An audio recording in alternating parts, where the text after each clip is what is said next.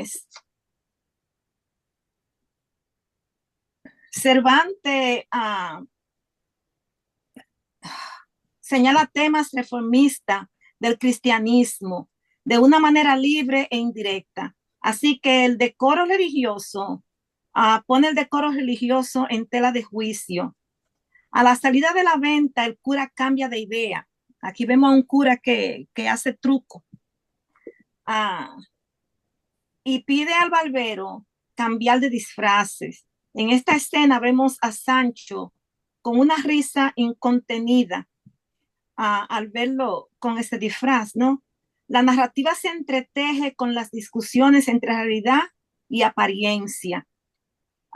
Por el camino, Sancho les cuenta la historia de Cardenio, pero no le dice del hallazgo de la maleta. Pues a pesar de ser tonto, también es codicioso.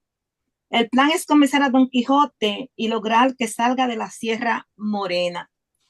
Deja ver qué más tengo por aquí. Bueno, encontramos en el camino, ellos escuchan una voz, ¿no? Ya vamos hacia el capítulo 28 y en esta parte del 28, Cervantes continúa con el juego de las apariencias.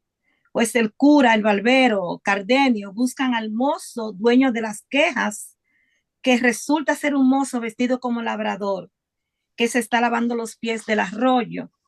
Los pies no denotan pie de hombre, sino los pies de mujer, igual que las manos, ¿no? Wow. La muchacha le cuenta su historia, ¿no? Y subraya que ella viene de una familia rica, pero sin título. Otra vez encontramos el contraste entre linaje y nobleza.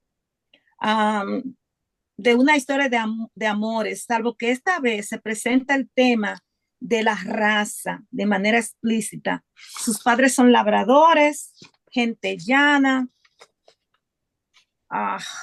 sin mezcla de raza. Aquí vemos crítica no hacia la sociedad que tiene el autor, crítica fuerte, la sociedad, la religión, la diferencia entre ser noble y ser pobre. También es interesante notar que esta moza tiene talentos contables y administrativos en la hacienda de sus padres, mayordoma y señora de la casa. Administra lo que se siembra y cosecha, lo mismo que los molinos, los ganados y colmena. Resulta que esta muchacha, si me recuerdo bien, la querían casar con alguien y ayúdenme porque no me he salido. Y ella a quien quería era otra persona, ¿no? Y por eso se escapa. También entra en este capítulo Dorotea. Y Dorotea comenta que su padre es un duque y se enojaría si ella se casa con alguien que no sea de su raza. Y hasta aquí yo me quedé con todo. Lisandra. Agreguen. Lisandra, Ela. Muy bien. Agreguen. La muchacha. Excelente, gracias. Siempre dices Muchísimas. que lo haces mal, pero lo haces muy bien. Pero eso es lo que yo le di, eso es lo que yo le digo, que es toda una analista, toda una analista. Padre, por favor, no tanto.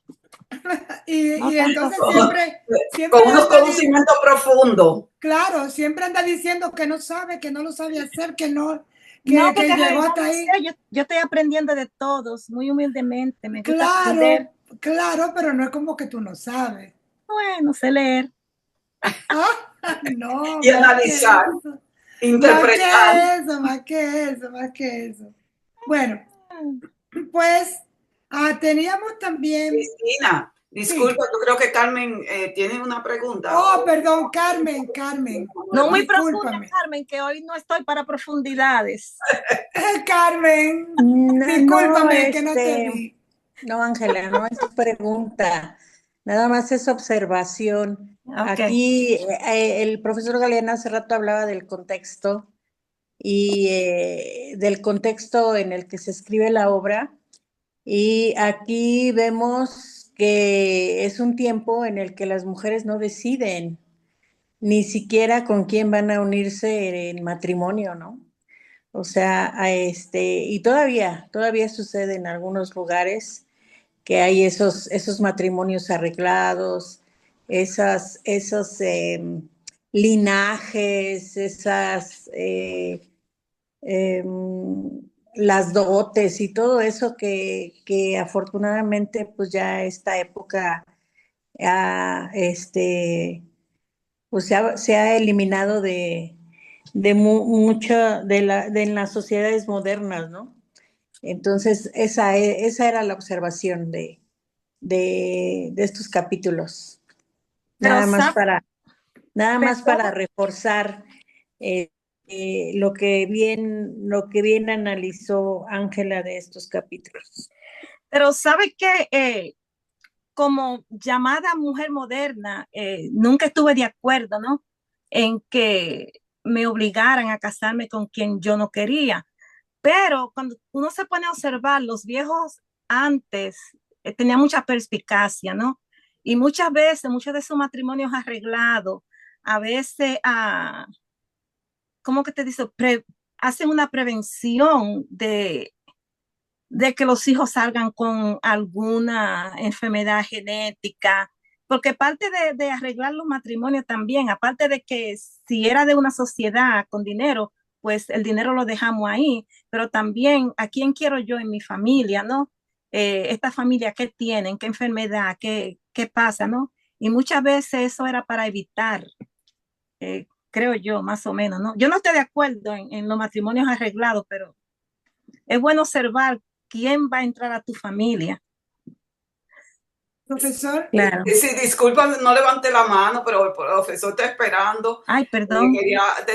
Tenía una intervención con lo que dice Carmen y con lo que acaba de leer Ángela, que todavía en los países árabes pasa eso.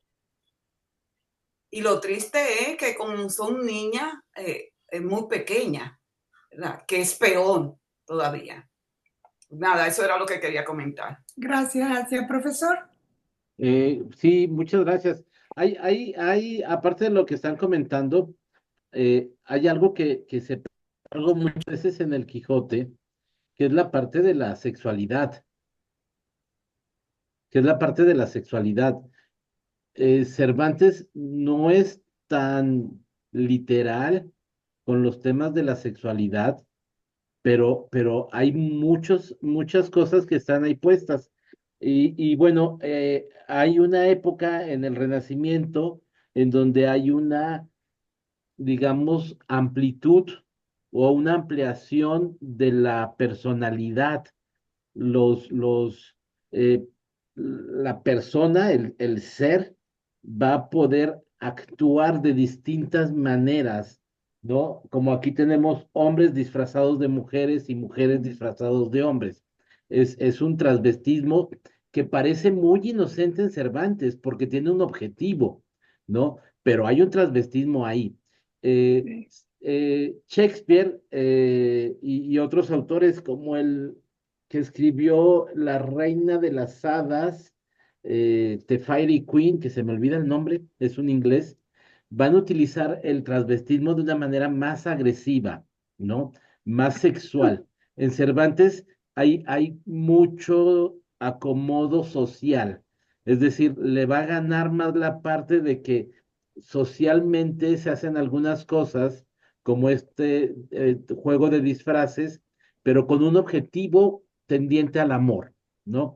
Sin embargo, gran parte de la obra de Cervantes va a estar en este juego de la ampliación de la personalidad, empezando por el propio personaje, que se va no a transvestir, pero sí a ponerse un disfraz, ¿no? Es Sí, decir, y se le dedica una buena parte del inicio de la obra a que el señor Quesada se convierta en Don Quijote. Y una vez convertido en Don Quijote, va a hacer cosas distintas. Pero bueno, tenemos a las prostitutas, tenemos a las mujeres que rehuyen del sexo, ¿no? tenemos a las mujeres que quieren reunirse, tenemos a los hombres que se dejan morir por no aceptar, no ser correspondidos. Tenemos toda una variedad sexual que está ahí, pero no es tan fuerte. En Shakespeare sí es como mucho más intenso esta parte, ¿no? Sí. Sí. Pero bueno, ahí están. Shakespeare es más incisivo con eso. Sí, creo que Cervantes, esta parte, digamos, un tanto ya más, eh, no es tan renacentista Como, ser, como como Shakespeare. humanista. Sí, es Humani- mucho más humanista, aunque se dejan ver esos destellos ahí como vimos, el transvestismo, los elementos de prostitución, de sexualidad ahí puestos, ¿no? La sexualidad está hasta idealizada, ¿no? Con Aldonza, ¿no? Es más un trabajo intelectual que una realidad física. si vamos a la trilogía de Shakespeare y la comparamos con esos puntos así neurálgicos del Quijote, nos damos cuenta de lo incisivo y lo más crudo que es Shakespeare en términos de la sexualidad. Por ejemplo, Romeo y Julieta, aunque la gente lo ve como la muchachita que, sí, por encima, ¿no? Y el jovencito que las familias eran enemigas, pero ahí hubo más que eso. Ahí hubo más que eso, ahí hubo escenas y hubo diálogos incisivamente sexuales, ¿no? De la proximidad del cuerpo. O sea, no nos podemos llamar a engaño con la inocencia que dibujó Shakespeare, ¿no? Que quiso dibujar, pero que era, en realidad subyacía también en Macbeth. Y esas escenas con Lady Macbeth y así. Sí, Bueno, y en la comedia también. Pero sí. bueno, brincamos a otro tema. Pero eso me parece muy interesante de comentar porque no se comenta mucho en los estudios del Quijote, no aparece ese tema presente, ¿no? Pero ahí está también, ¿no? Sí, pero también esa misma, como trajo al ruedo Rosina hace un rato, esa misma actitud de Sancho y de ese diálogo que se produce a cada momento entre la ilusión y la practicidad de Sancho, ¿no? Acerca de, por ejemplo, de Aldonza, de Dulcinea, ¿no? O sea, eso que Don Quijote quisiera que fuera y lo que realmente Sancho dice que es. O sea, ahí está plasmado, ¿no? Pero bueno, eso sería quizá un óbice para hacer una investigación de eso, ¿no? Y hablarlo un día en la clase, antes de terminar. Pues podemos seguir, maestro, si usted no tiene ninguna otra cosa. No, yo creo que podemos ir a la pausa de 10 minutos para a las 11 iniciar con el otro, elemento de la clase. Ya antes de que iniciemos, le demos la palabra a usted para la estructura del Quijote en términos de personajes y tal. También hay algunas cositas, por ejemplo, Livia, quedamos esperando por del capítulo 33 al 35, quedamos esperando por ella iba a enviar un audio, algo así. Pero yo voy a decir algunas cosas que me interesaron en el capítulo 35 y creo que le debemos de dar a Carmen, que tenía que terminar algo brevemente de el arabismo, ¿no? En la obra del Quijote. ¿Es así, Carmen? Sí, si gustan regresando. Ok, Cuando regresemos, tomamos unos 10 minutos para ultimar todos esos detalles y luego le entregamos la batuta al maestro. muy bien, Pues genial. podemos irnos entonces ahora a la pausa Sí, y muchísimas gracias. no A de Nos usted, vemos nada. en un momento. esta parte del cautivo, que es totalmente autobiográfico, del momento en que Cervantes estuvo cautivo en Argel, Mm. pero también todo el contexto de Es árabe, árabe, es de árabe. los árabes y todo esto es muy interesante. Entonces, Pero si yo, quieres, arráncate tú con lo que ibas a exponer y luego sigo Pero, yo, como pero quieras.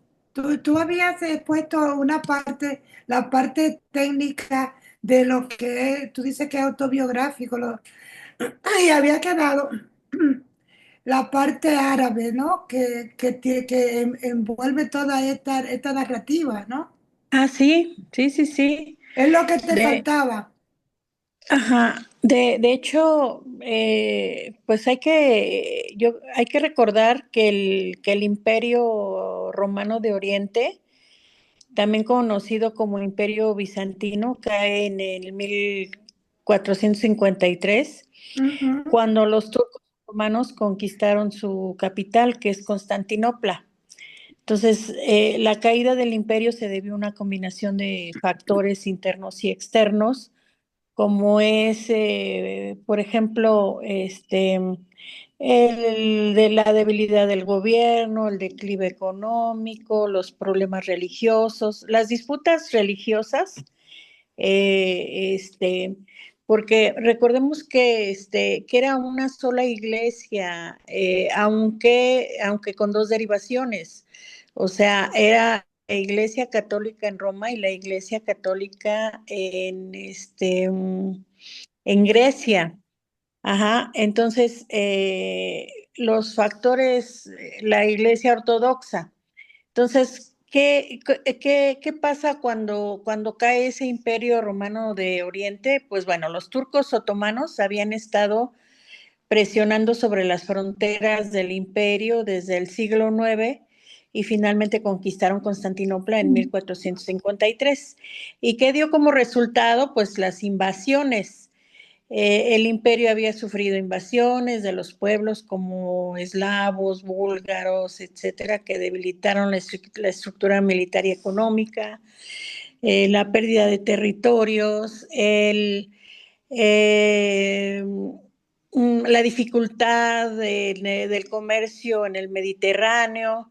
En fin, la caída de Constantinopla marca el fin del imperio bizantino y tuvo un impacto significativo en la historia de Europa. ¿Por qué? Pues porque ya lo dije, interrumpió el comercio de las rutas comerciales que existían entre Europa y Asia, lo que llevó a buscar nuevas rutas y descubrir nuevos territorios. Entonces, tenemos que responsabilizar, ¿verdad?, a los turcos de la llegada de los españoles y los portugueses a América, ¿sí?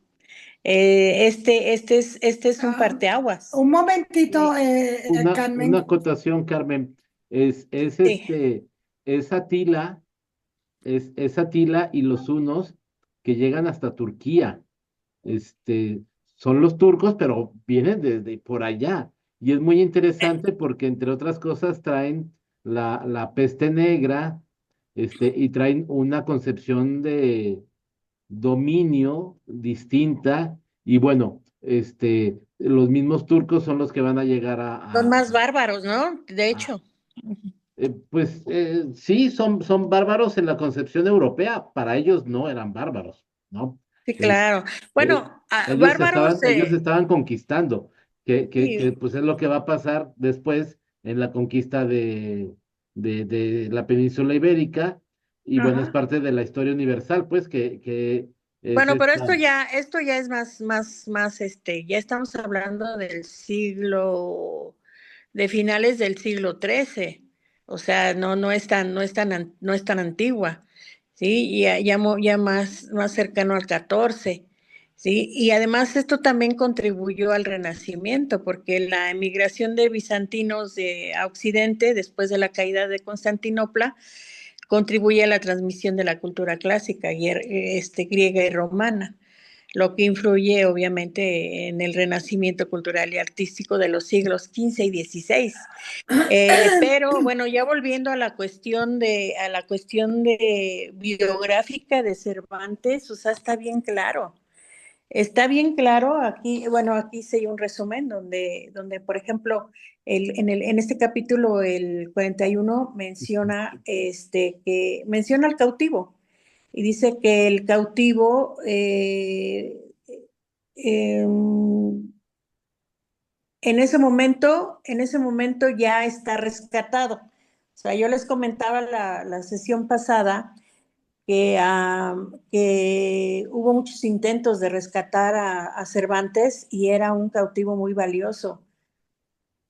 Era un cautivo muy valioso porque llevaba cartas de don Juan de Austria, cartas de recomendación de don Juan de Austria. Y don Juan de Austria era una persona muy influyente porque era hijo ilegítimo de Carlos V, pero reconocido. O sea, no tenía a lo mejor derechos de sucesión, pero sí tenía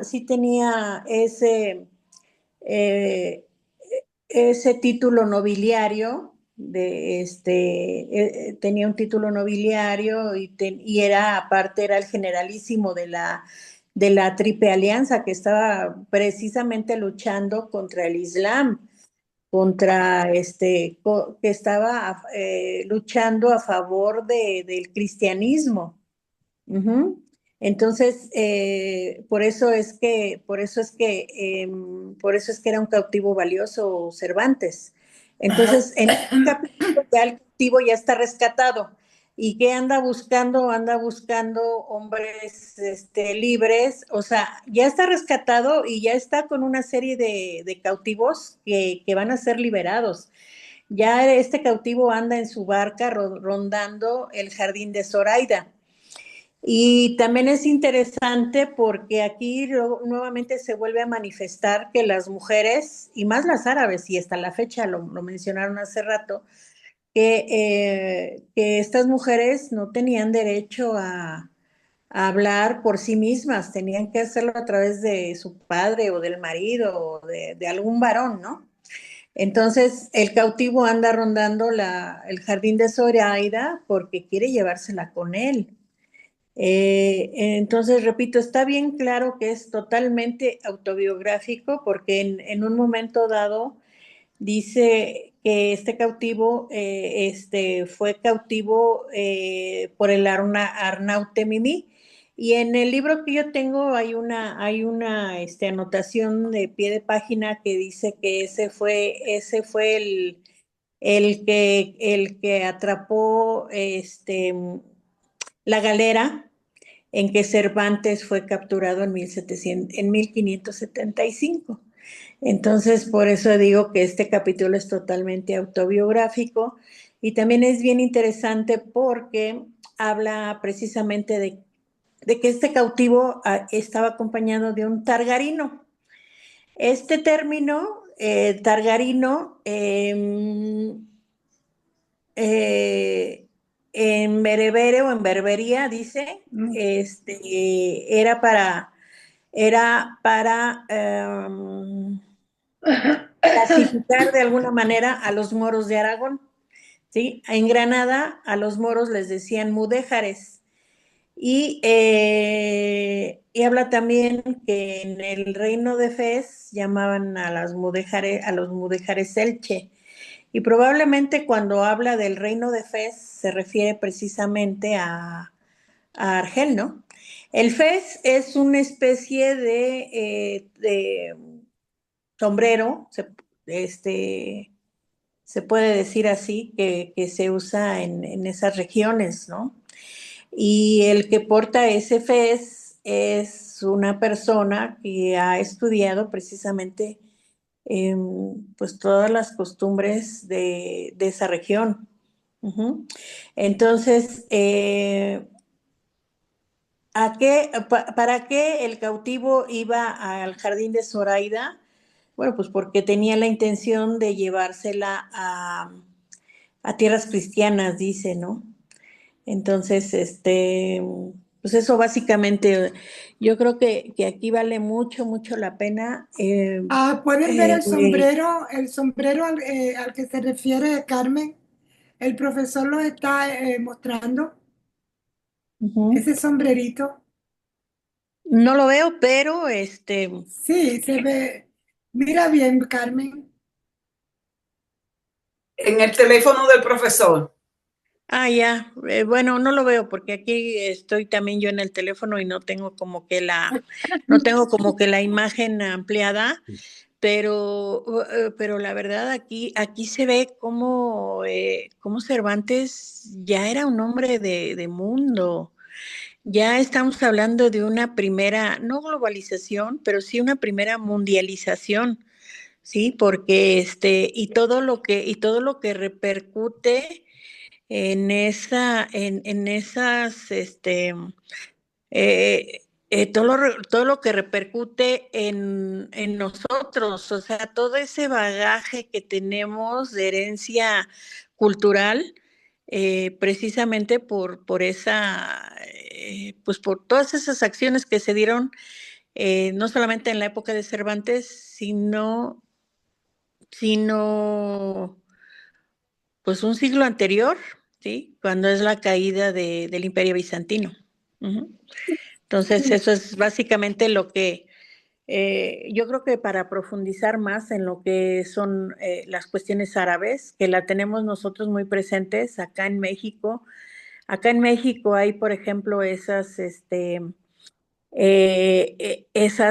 ajaracas, le llamamos, no sé si allá ustedes también lo conocen así, que es un estilo decorativo con yeso en las construcciones, que les voy a mandar algunas fotos de ese estilo decorativo en las fachadas, eh, que pues es una reminiscencia árabe que Sí. nos viene precisamente con la llegada de los europeos a las tierras de Mesoamérica y de otros, Sudamérica y todo esto, ¿no?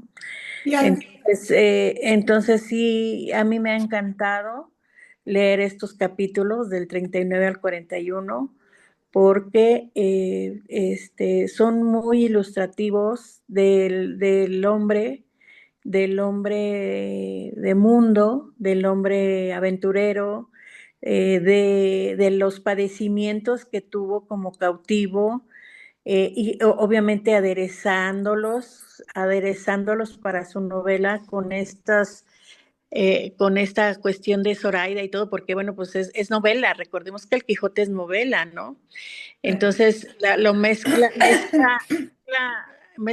sus experiencias autobiográficas, como está bien, bien remarcado aquí, o sea, está bien remarcado, o sea, que es la experiencia de Cervantes como cautivo en Argel, por todos los nombres que menciona, por todos los nombres que menciona en el capítulo del 39 al 41, por todas las referencias, pero aderezándolo con esta parte del enamoramiento del cautivo de esta mujer, Zoraida, que finalmente acepta irse con el cautivo, imagínense esta mujer qué carácter tan fuerte tuvo, que fue capaz de pasar por encima de los deseos del padre, ¿no? Hace ratito Ángela decía, bueno, pues es que también se busca los matrimonios arreglados por la conveniencia de la herencia en cuanto a genética. Pues en aquella época esos estudios no estaban ni siquiera esbozados, ¿no? Se casaban a las personas, se hacían los matrimonios arreglados por conveniencia económica o por linaje o por lo que sea. No se pensaba en la genética. ¿sí? Entonces, la humanidad, pues obviamente ha avanzado enormidades en unos aspectos y tiene mucho que ver precisamente con esos hechos históricos. Por eso a mí me gusta mucho la historia. Y aquí en esta novela, en estos capítulos se mezcla la ficción este, con la literatura con la historia, la literatura con la historia, y eso hace finalmente de esta novela, en cada capítulo algo que analizar, algo que profundizar. Y pues bueno, no sé si fue a propósito que me asignaron estos capítulos, pero si no, pues le Qué atinaron, Cristi, bueno. porque me dio la oportunidad de y es que casi a cada párrafo hay referencias históricas de la propia vida de Cervantes. Pero, Carmen, eso que refiere de la genética, mira, sí, sí y no. Porque, por ejemplo, los zares de Rusia sí tenían claro ese problema de la genética, ¿no? Sí, porque ya Eh, se había presentado, pero sí. ya estamos hablando del siglo XX. Sí, pero Entonces, acuérdense que sí, porque eso se presenta desde el 19 por la hemofilia. ¿Por qué? Pues porque, aunque fíjate que yo creo que ya los problemas genéticos se empiezan a ver en la Casa Real Española, pero eso ya es en el siglo XVII, ¿sí? Ya en el pero siglo bueno, XVII, cuando se acaban los Habsburgo y empieza un nuevo dinastía. linaje reinante, que son los Borbones, Ok. precisamente porque se casan entre familias. Eso se da mucho eso se empieza a dar en la monarquía. Pero ya nosotros, simples, mortales, por llamarlo de alguna manera, ya empezamos a ver las cuestiones genéticas, pues ya son estudios más modernos, ya son Ah, estudios ya del siglo XIX. bueno. Realmente sí se empieza a ver esa problemática porque pues sí, se degenera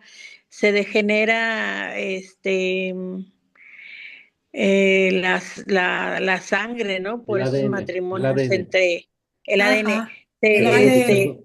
se crean más porque se errores. casan entre familia. Ya. Ajá. Sí, Pero bueno, se crean eso más errores. será Y historia. acá estamos estamos hablando del siglo XIV, Será 14, óbice de 15. de un nuevo estudio que haremos en algún momento, ah, para Del cerrar. que estamos hablando del 15, 16, ¿no? Por ahí. Sí. Para cerrar, quería decirles que Zoraida también es la parte árabe, ¿no? Zoraida es de padres árabes y padres judíos, o sea, hay todo eso ahí, ¿no? También veamos nuestras sociedades, cómo están plasmadas, plagadas, no plagadas, porque eso sería una plaga, pero sí llenas de elementos árabes, más de 4.000 palabras. Todas las palabras que comienzan con AL son de origen árabe. Por ejemplo, alberca, almacén y tal. Albañil, Alhambra, Albañil, almohada. alféizar. pero quería comentarles en el capítulo 35 así brevemente, porque ya el profesor necesita el tiempo. Estos personajes que encontré, esta pequeña historia dentro del capítulo 35. Anselmo, que era un marido que estaba ausente de la casa, y la mujer, Camila, le reclama, le dice, pero ven acá, si me voy para donde mis padres, te estoy abandonando, no quiero. Si me quedo aquí, corro el peligro de que hablen de mí como que te he sido infiel. No quiero irme. Entonces, hay otro personaje que es el Lotario, el amigo de Anselmo, que nos enteramos que Anselmo está pagando, dándole dinero para que haga sucumbir a Camila, eh, como o sea, para que la haga caer en sus redes amorosas, ¿no? En sus brazos. Y no pasa, no pasa. O sea, entonces ahí está un poco este hombre Cervantes hablando de ese tipo de honestidad y de un tema que es cotidianadísimo. Ahora le entrego la palabra al profesor para explicarnos la estructura del Quijote. Gracias, muchas gracias. Yo quisiera, a comentar, algo que comentó Carmen, que era acerca de esta, dijo ella, no lo dijo así como globalización, pero, Mundialización. mundialización. Se considera los siglos de oro una, Sí, una primera globalización o la primera sí. globalización o el inicio de la globalización por muchos aspectos. Entre ellos el amplio territorio dominado por España y Carlos V, que va a ir desde pues, la propia España hasta las Américas y hasta los territorios del sur de Asia, las Filipinas. Recuerdo que se dice mucho que no se ponía el sol en su territorio, en el Ajá. imperio español, por lo amplio que era, ¿no? Entonces, hay una globalización cultural porque las estructuras gubernamentales, burocráticas españolas se van a poner en todos sus territorios, se va a hablar español en todos sus territorios y se van a regir por las leyes españolas, y por la fe católica, que no todos, obviamente, y que muchos, muchos forzados, pero va a haber una gran expansión del territorio y entonces esto se va a mantener por bastante tiempo. Y sí, lo que se dictaba algunas veces en la corte se aplicaba en todos los demás lugares y el comercio que se establece en todos estos lugares, pues va a ser un comercio globalizado. Tal vez,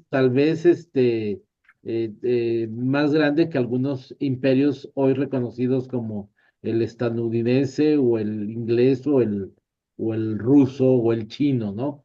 Entonces, bueno, nada más ese pequeño comentario. Y bueno, yo les quiero hablar de precisamente un poquito de la estructura del Quijote.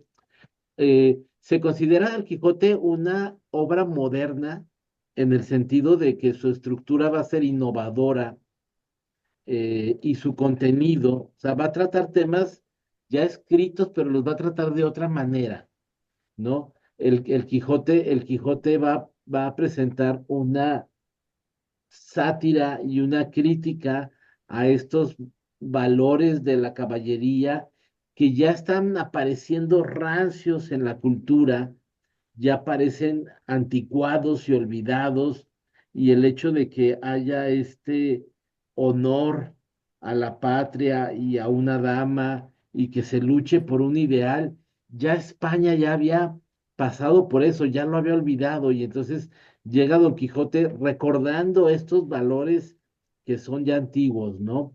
Entonces esto pues va a poner una gran crítica a los nuevos valores que se están presentando, a este olvido de lo que se tenía, pero Don Quijote, o sea, Cervantes se está burlando constantemente tanto de lo moderno como de lo viejo, ¿no?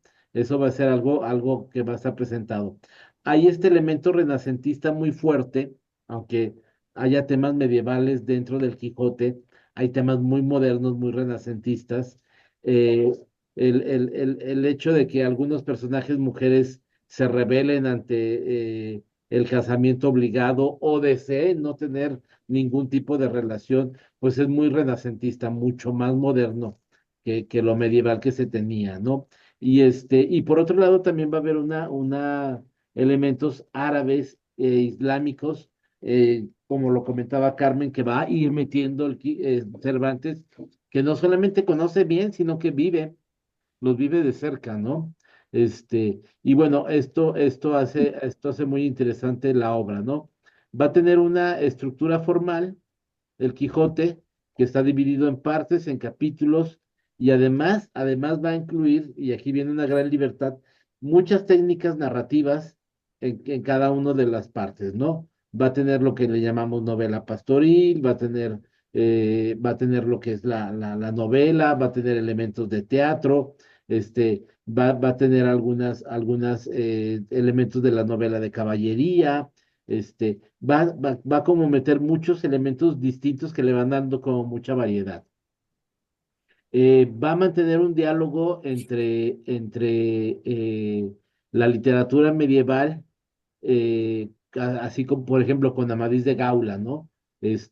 Y va a ser este juego entre hacer parodia, ¿no? Entre burlarse del caballero, burlarse de los caballeros, pero por otro lado, en este sentido de burlarse de ellos, también les da un reconocimiento, ¿no? Es decir, también se reconoce desde, digamos, un humanismo estos valores que se tenían por la patria, la familia, la dama o la pareja, ¿no?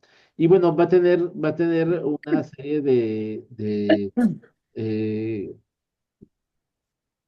influencia Cervantes en literatura posterior, en grandes escritores como Miguel de Unamuno, se habla de la influencia del Quijote en esta obra que les mencioné, del Ulises, en las películas, este dueto de personajes, uno muy idealista y otro muy racional, va a ser posiblemente la primer novela que va a inaugurar en que los personajes tengan un lazo de amistad, ¿no? Y eso no lo teníamos. Teníamos novelas en donde los amigos se cubren, como en la tragicomedia de la Celestina, en donde los amigos se apoyan para algo, ¿no?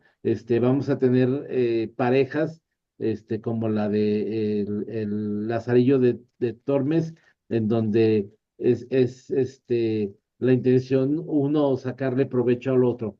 No son parejas de amigos, ¿no? Y en Cervantes se va a crear esta amistad entre estos dos personajes, se van a cuidar, proteger, pelear, golpear, y le dice que ya está harto de las leyes de la caballería, porque todo lo que hace Don Quijote, pues él recibe los palos, ¿no? Así como de, pues ya me dieron muchos palos a mí, dice Sancho Panza, pero lo sigue y está a un lado de él constantemente, ¿no? Y bueno, tenemos dos partes. La primera parte que se escribe en 1605, a la que le corresponden 52 capítulos, dividido en 4 secciones, a la misma manera de la Amadís de Gaula, en donde hay prólogos que hacen burlas, hay poemas y hay elementos de narrativa fragmentaria, ¿no?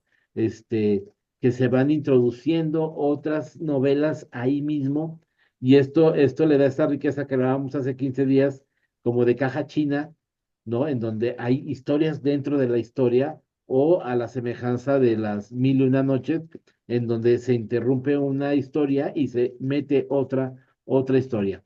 Y luego tenemos la segunda parte que se escribe en 1915, 10 años después, a la que le corresponden 74 capítulos, este, y que va a ser una respuesta al Cervantes de Avellaneda, un escritor que utiliza todo lo que se había hecho en la primera parte para generar otra novela, aprovechando el personaje. Algo que era muy común, pero que en tiempos de Cervantes ya empieza a cuidarse quién es el autor de la obra y darle a él los derechos, porque las obras se venden y se recibe una renta de las obras. Y si bien anterior a esta literatura, se podía utilizar historias y escribirlas sin ningún problema, en este momento ya no. Y bueno, esto va a crear algo que le llamamos metaficción, y es el hecho de que tenemos varios niveles de ficción, y en uno de ellos el personaje se da cuenta que pertenece a una ficción y que pertenece a un libro, y que este libro, y aquí viene, digamos, todavía más complejo, y este libro está compitiendo con otro libro que está afuera, que es parte de la realidad, y los personajes se dan cuenta de esto, ¿no? Al punto de que quieren ir a cazar al Quijote falso, ¿no? Entonces, bueno, eso es lo que le llamamos metaliteratura. Este, Y bueno, hay muchas parodias y crónicas de elementos en los de que se está Cervantes metiendo frases casi poéticas para iniciar sus párrafos. Los mismos títulos que dan cuenta de los eventos que van a suceder también son como muy interesantes. Déjame terminar este fragmento. Y bueno, tenemos entre las técnicas narrativas, tenemos dos que van a ser, por ejemplo, la polifonía, ¿no? La polifonía musical es cuando hay varias voces y la polifonía narrativa es cuando tenemos varias voces y tenemos a dos, tres personajes o más hablando de un mismo suceso, ¿no? Que están comentando el suceso, cada uno desde su punto de vista y nosotros vemos todos los puntos de vista. Y otra técnica narrativa es lo que le llamamos manuscrito encontrado, que es esto que Cervantes hace al decir que ha encontrado un texto árabe de Cide Hamete y que este texto árabe lo manda a traducir y que entonces él se encuentra en este texto árabe la historia del Quijote, ¿no? Eso es la historia del manuscrito encontrado. Y bueno, obviamente esto lo conecta muchísimo con las mil y una noches, con esta idea de ser parte el Quijote como si fuera una parte, una sección de un libro como Las Mil y una Noches, un libro árabe, porque precisamente estaba escrito en árabe, ¿no? Y entonces alguien escribe el Quijote en árabe y él solamente lo traduce y le arregla algunas cositas, pero bueno, lo haría parte de la literatura árabe, el libro del Quijote en este juego que hace del manuscrito encontrado. Y me quedan unos puntitos, pero esto es el primer punto que se refiere a la estructura del Quijote. El siguiente es en relación a la literatura medieval, pero Cristi, te doy la palabra. Abre tu micrófono. Ok, que yo vi, que yo he venido viendo, o sea, el sujeto textual en el texto, en el mismo texto del Quijote, ¿no? Que yo vi múltiples narradores ahí en el Quijote. O sea, narra en forma como neutra, ¿no? Valora en la narración, eh, critica y hace chistes, ¿no? Hace chistes, incluso toma la voz a veces de Don Quijote, ¿no? Para burlarse, como usted planteaba hace un rato, que es un recurso narrativo, o sea, se transforma en los personajes. Y a veces, sin embargo, no podríamos decir que es una bomba que aparece y desaparece. Algunos le llaman una voz protagonista, algunos críticos llaman eso a una voz protagonista que va de que lo sabe todo a no saber nada.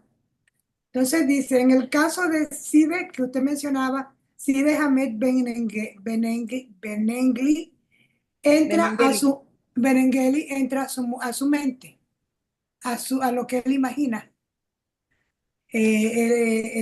Y se produce entra a sus pensamientos y se produce una conversación mental entre los personajes. También nos habla eso de la omnisciencia.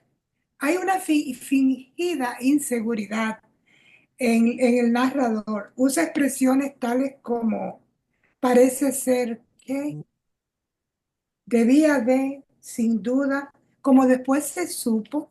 Además pretende ser a veces un simple testigo de lo que pasa y confirma los sucesos, lo que pasa, como decía usted, a posteriori, con frases como esta que nos dicen de qué es lo que pasa. Así era la verdad. O sea, eso pasó así.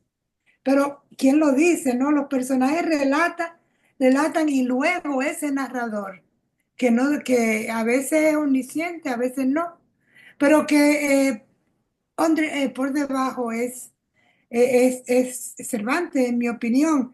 Eh, Él avala lo que dicen, ¿no? Lo que los personajes están relatando y luego él lo avala, diciendo, Así era la verdad. ¿Ok? Entonces, directamente, sin otra, nunca eh, se presenta directamente, sino a través de sus personajes. A veces adopta el hablar de Sancho o de cualquier, y la visión incluso de Sancho, de Don Quijote, es un narrador, casi se hace personaje. Pone apodo a los personajes también, como pasó con el caso de El Caballero de la Triste Figura, ¿no? Pone un nombre a los personajes. Entonces Cardenio también le dice de los espejos, el señor de los espejos, y a la condesa Trifalsi. Luego también expresiones lexicadas, o sea, expresiones preparadas, como las que ya vimos, que dicen que, eh, eh, como después se supo, debía de ser, que nos parece como una especie de algo inseguro, pero es fingido de parte, porque ese es un narrador omnisciente, ¿no? Es un narrador omnisciente que es el mismo autor. Nos hace pensar que no sabe, y sí sabe, sabe todo. Muchísimas gracias. Esos fueron unos apuntes que tomé. Gracias, Cristi, muchas gracias. Y bueno, vamos a pasar a la relación con la literatura medieval. Y bueno, hay una parodia, tremenda con la novela de caballería.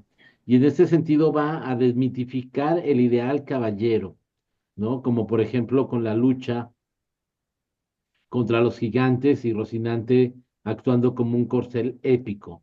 Nosotros estamos viendo en la narración desde afuera que aquello es un disparate y que Don Quijote se ha aventado contra los molinos de viento, diríamos, a lo bruto, ¿no? Lo estamos viendo que se va a golpear y precisamente queda ensartado y es aventado por los aires. El tratamiento que se tenía de la caballería en la Edad Media era completamente alejado a esto. El caballero nunca cometía este tipo de errores que lo pusieran en ridículo, ¿no? Y ahí hay una parte clave y es que Cervantes no va a tener un punto de pudor hacia su personaje, no va a cuidarlo de la vergüenza, no va, es más, lo va a exponer, ¿no? Va a hacer con él lo que quiere. El Quijote en manos de Cervantes es un pobre diablo que va dando tumbos por aquí y por allá como un muñeco de trapo, con una gran voluntad y un gran idealismo, pero Cervantes lo va a apulear cada que puede y lo va a hacer caer en ridículo cada que puede. Es una especie de novela medieval del personaje de Job, del libro de Job, del Antiguo Testamento, en donde va a poner a prueba la divinidad a través de una apuesta que hace con el acusador, de ver si tiene espíritu para mantenerse fiel al Señor, y así están poniendo prueba al Quijote para ver si puede serle fiel a las leyes de la caballería, y capítulo tras capítulo el narrador lo va a maltratar, ¿no? Entonces, bueno, ese es algo muy importante y yo veo que uno de sus modelos más importante pues va a ser Amadís de Gaula, Sí, ¿no? Amadís de Gaula es un personaje entrañable de la literatura de caballería y además tiene también una resonancia mítica, semejante a la de Moisés y otros personajes de la literatura, de lo religioso, porque es huérfano, es abandonado, pero es abandonado en una especie de cuna de madera con telas muy finas, con una carta escondida y con la espada que va a utilizar puesta ahí, y es dejado a la deriva de un río y va a ser encontrado por una madre que lo va a cuidar y va a cuidar la espada y la carta hasta que tenga cierta edad, cuando se descubre esto para él y él descubre su linaje noble del cual ha sido desprendido y regresa a él, ¿no? Y bueno, tiene este elemento también con lo medieval, tiene algo muy interesante, y es que va a tener los moldes medievales, pero con el Renacimiento. Y entonces, en ese sentido, vamos a tener un elemento que platicaba yo en mi anterior intervención de la expansión de la personalidad. Dice en el capítulo 5, dice Quijote, yo sé quién soy y sé que puedo ser no solo los que he dicho, sino todos los 12 pares de Francia. Es decir, él se siente en la capacidad de ser otros y ser los 12 pares completos, ¿no? Es decir, hay este rango tan amplio de personalidad que dice, yo puedo mostrarme como todos los demás. En aquel entonces sí es obviamente un acto bastante dado hacia la locura, el querer ser otros, pero si lo ponemos en una perspectiva moderna, en donde hoy en día la personalidad también se ha vuelto fluida y en donde una persona puede decir, bueno, yo soy mujer, aunque no me cambie mi apariencia, puedo ser mujer con barba, o puedo ser una cebra o puedo ser un perro, ¿no? Y las leyes de los países se han ido adecuando a esta expansión de la personalidad tan amplia, ¿no? Y ahí voy, déjenme termino con el otro punto de mi segundo punto de relación con la literatura medieval, y es el humanismo y la tradición de Erasmo de Rotterdam, y es este eco y este reflejo de el loco que tiene la voz de la sabiduría, que viene a ser una especie de chamán, de místico, en donde ha perdido la cordura porque está en contacto con la naturaleza. En ese sentido, el Quijote es una especie de monstruo, no por la monstruosidad que consideramos hoy en día, sino porque nos muestra otros elementos cercanos a la divinidad que nosotros no tenemos ese acceso directo. Él sí, porque participa de la locura y dicen por ahí los versos de una tragedia griega que los dioses primero vuelven loco a aquel que quieren destruir. Y Cervantes hace eso con su Quijote porque lo ha vuelto loco, ¿no? Y esta locura le permite ver cosas que no ven los demás, ¿no? Y dice Carlos Fuentes que Cervantes convierte la parodia en un espejo de la condición humana, y esto hace que se vuelva esta crítica humanista del ser humano que está viviendo este momento histórico, y lo pone en un espejo reflejarse para que lo veamos como es, ¿no? Frente a este elemento de la locura. Y ahí termino mi segundo punto. Me falta la huella árabe en el Quijote, pero les doy pie para que comenten lo que quieran comentar. Vamos primero con Carmen, Cristín. Nada más Carmen. Sí, nada más para recordar que el fin de la Edad Media y principio del Renacimiento se marca. Hay dos tendencias. Una que es cuando cae el Imperio Romano de Oriente, o sea, cuando cae Bizancio Sí, en Constantinopla, en 1472 creo. Y otras apuntan a que es en 1492, cuando hay tres sucesos, que es la toma de Granada, la publicación de la gramática de Antonio de Nebrija y el descubrimiento de América. O sea, son tres hechos relevantes. Y precisamente, y las consecuencias de todos estos hechos, ¿no? Que es la vida de Cervantes, que mucha de esa vida pues está plasmada ahí en Don Quijote. Y bueno, em, en el capítulo, precisamente en los capítulos que a mí me tocaron del cautivo, hace muchas referencias también a esas cuestiones árabes. Luego se los pongo en un pequeño resumen porque vale mucho la pena. Sí. Es una historia preciosa que tiene que ver cuando ya el cautivo se lleva a Zoraida, y pues obviamente se tiene que llevar como cautivo al padre y a otros, y a otras, y hacen referencia a que los deja en una isla donde hay una especie de reliquia que tiene que ver con la historia de Don Rodrigo de no sé qué. O sea, es una parte bellísima, o sea, muy poética. Y ahí está la huella árabe la influencia, la huella árabe, obviamente en la península ibérica, ¿no? Que estuvo muchos años la parte sur dominada por los árabes. Entonces, incluso creo que estos capítulos, esta historia del cautivo es de los capítulos donde más abunda, o es de los más largos, creo yo, sin temor a equivocarme, o no sé, si me equivoco, corríjanme, pero que tiene muchas, muchas, muchas referencias históricas y biográficas, insisto, de la vida de Cervantes, pues que vivió en ese tránsito, ¿no? Entre lo medieval y lo renacentista y el humanismo y todo esto, ¿no? Sí, Entonces, precioso, precioso. Gracias. gracias.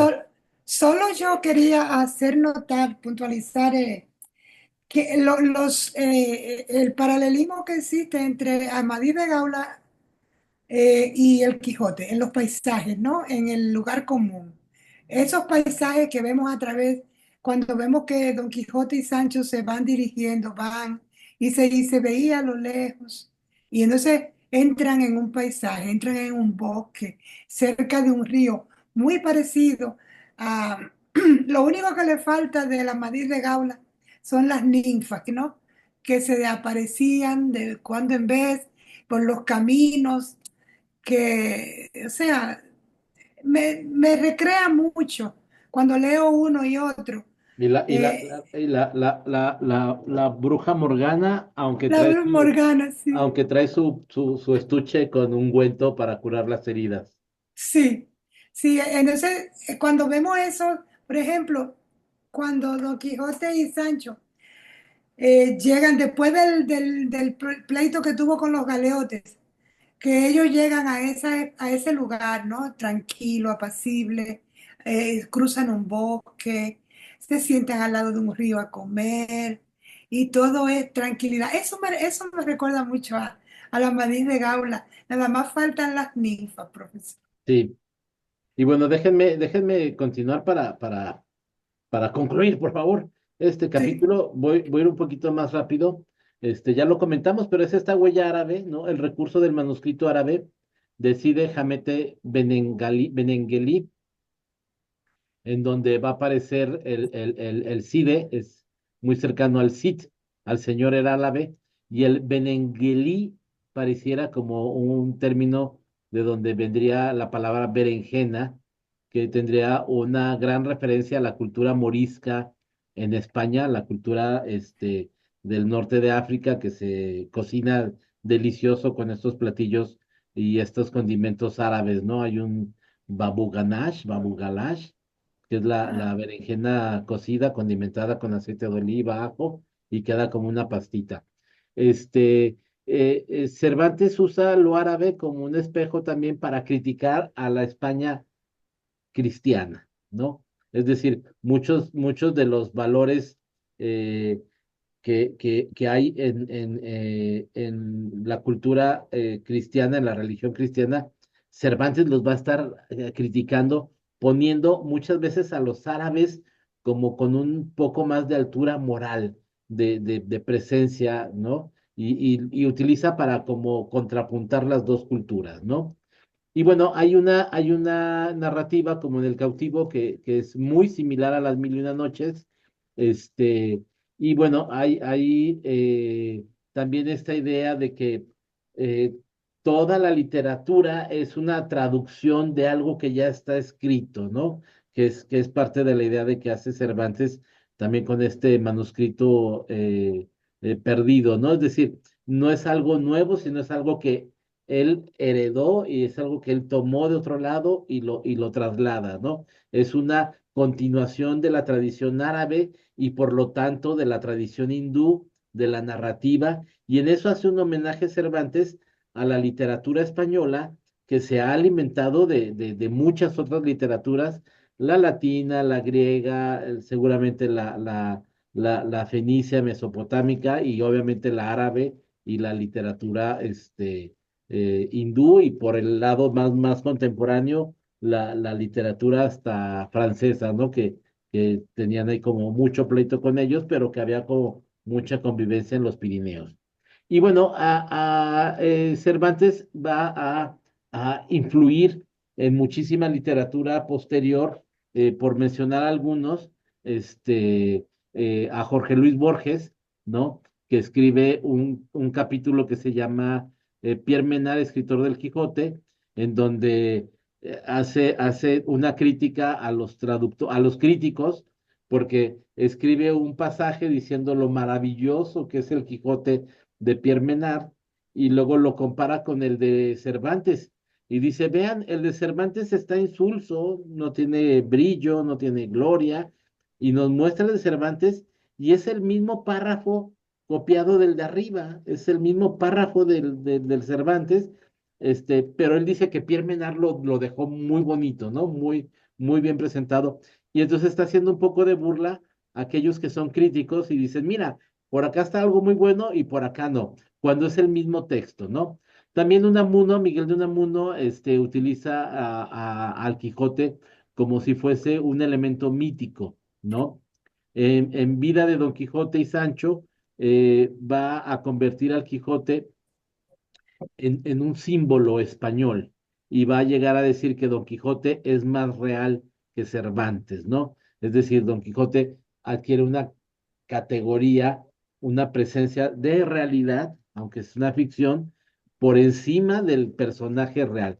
Algo que es muy característico en Unamuno, el cual en la novela Niebla hace que su personaje de su novela se rebele contra su destino y vaya y le toque la puerta al mismo Unamuno, toma un tren y se traslada de la ficción a la realidad, cosa que ya había hecho el Quijote al hablar del Quijote de Avellaneda, ¿no? Ya él se sale de su realidad. Y en este personaje de Unamuno, va y le toca la puerta a Miguel de Unamuno, se enfrenta con él y dice, es que yo no me quiero morir. Dice, pero es que es tu destino. O sea, yo te escribí así, dice, sí, pero yo no quiero lo que escribiste es para mí, ¿no? Entonces, bueno, hay este juego entre la realidad y la ficción y cómo la ficción se sale de la realidad. Y bueno, otro personaje que conocemos bien es el Carlos Fuentes y habla acerca de la novela moderna y dice que el Quijote es la primera novela que cuestiona su propia escritura, ¿no? Es la primera novela que va a hablar de sí misma y cuestionar sus principios, lo cual hace una novela moderna, ¿no?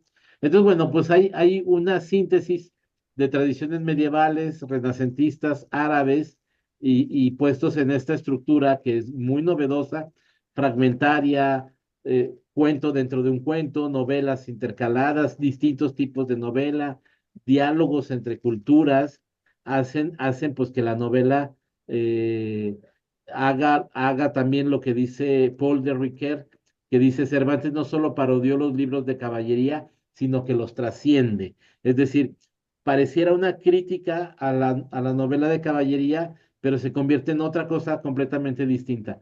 No solo critica y se burla, sino que hace muchas otras cosas. Y bueno, pues esto es mi participación que les debía desde hace 2 semanas. Y bueno, ya sé de esto una novela genial, grandiosa, y para leer despacito, con calma, con una copa de vino, con un café, no se apresuren tampoco, ¿eh? Es que hay que disfrutarla más que acabársela. Y bueno, tomé por ahí unas fuentes de la Biblioteca Virtual Cervantes, ensayos de Jorge Luis Borges, del mismo Carlos Fuente, este, para este mínimo estudio y bueno, pues muchísimas gracias.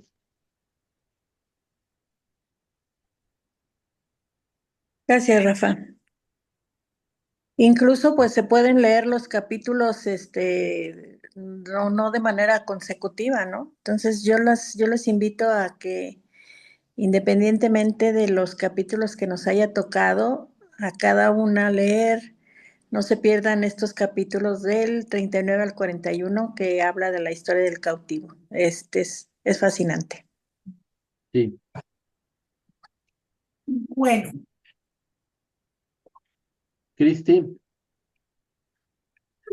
No, ¿Quieres concluir la reunión? no, pues nada, esta novela es fascinante realmente.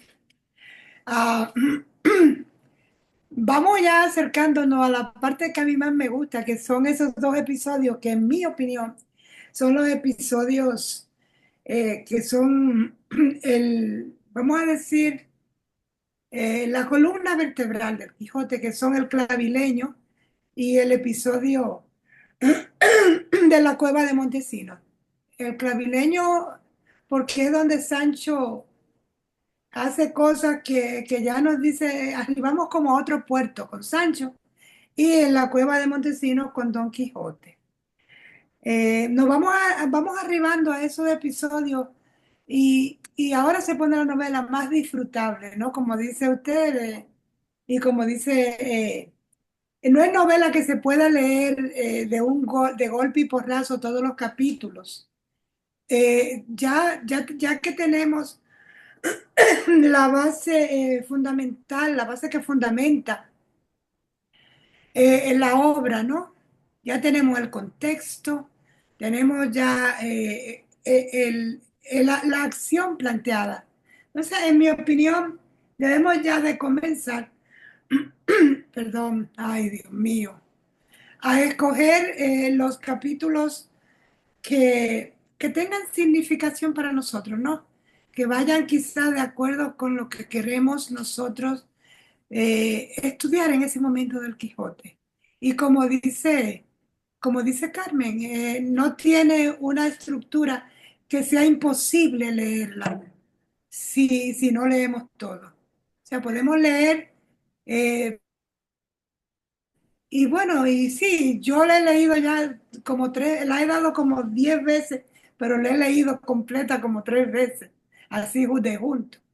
Pero es muy amplio, hay mucho que saber, hay mucho que comparar, y por eso planteo este procedimiento, ¿no? Que es el que yo realmente aplico.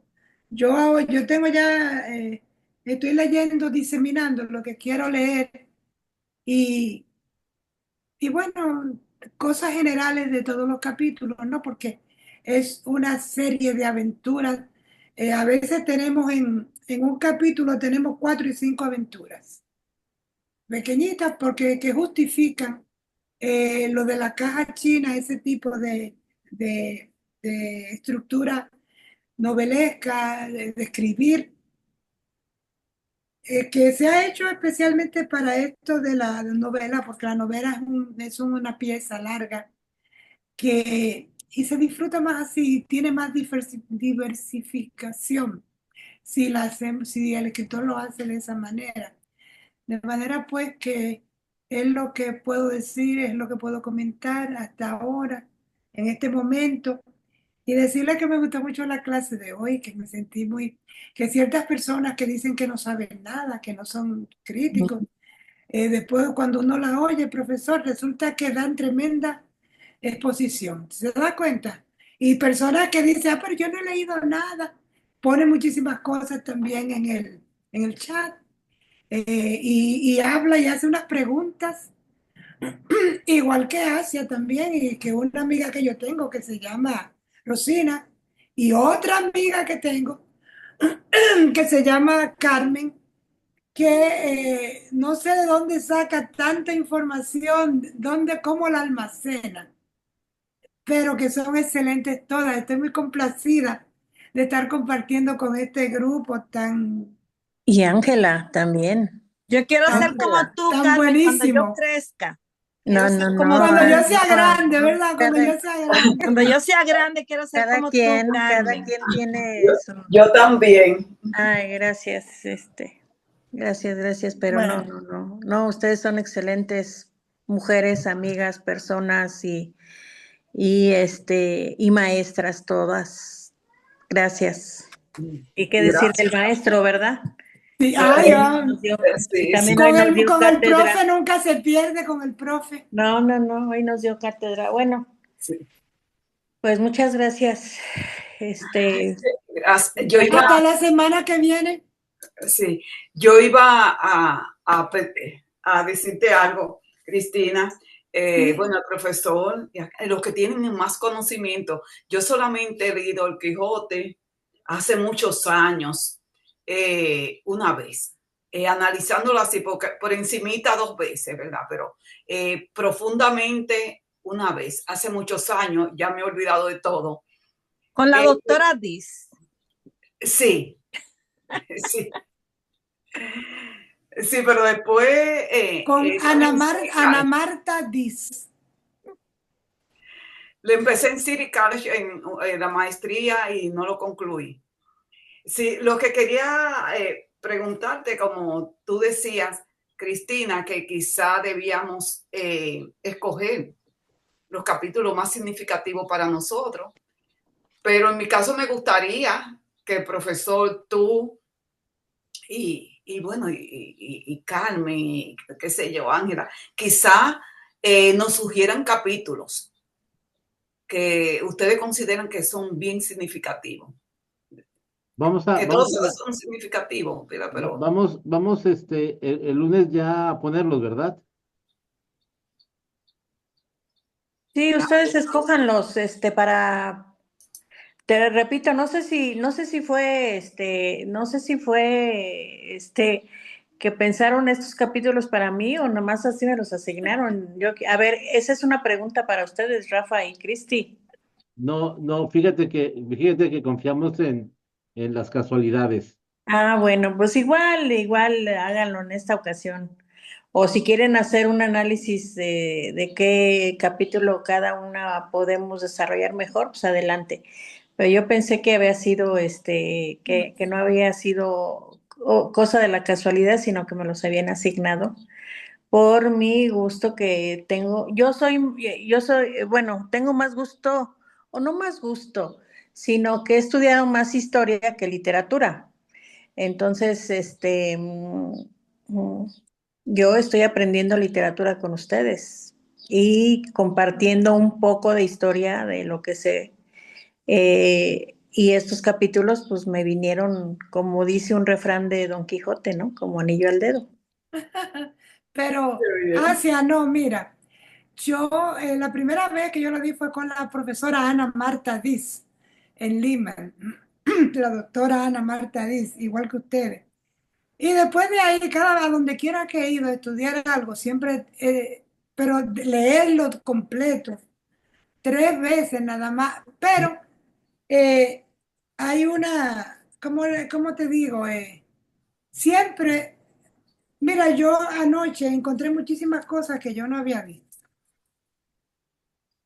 Muchísimas cosas que yo ni las había pensado, que no las había visto. Entonces, siempre hay muchísimo que escoge lo que tú quieras y ya el profesor y yo podemos comentarle qué sería interesante leer, pero realmente es un desayuno que se come solo, cada capítulo, igual que el Lazarillo de Tormes, que en todo está el pillo, pero no te dicen nunca que es el mismo pillo, o sea, son lecturas pensadas por gente que pensaba muy bien. Pues entonces quizá es mejor seguir igual que nos asignan los capítulos. El profesor dirá que Yo creo que quien... si quieren podemos hacer eso, ¿eh? Podemos marcarles cuál es la lista de capítulos y ahí los eligen, así como le hicimos otras veces. Así es mejor. Muy bien, sí. Así es mejor. Ok, bueno, pues buenas tardes. Buenas tardes. Buenas tardes, gracias a todos. Ok, Gracias. Hasta ok, bonito. Cuídense mucho. Bendiciones. Rosina. Ya se fue a hacer harina de negrito. No, Rosina ya hizo arroz. Hoy es arroz. Rosina está haciendo arroz. Bye. Buenas tardes. Hay que alimentarse bien para estas cátedras. Hay que comer bien. Te llamo en un rato, Rosy. Son densas, pero maravillosas. Me alegro muchísimo. ¿Cuánto se aprende con Quijote? Te llamo en un rato, Rosy, ¿ok?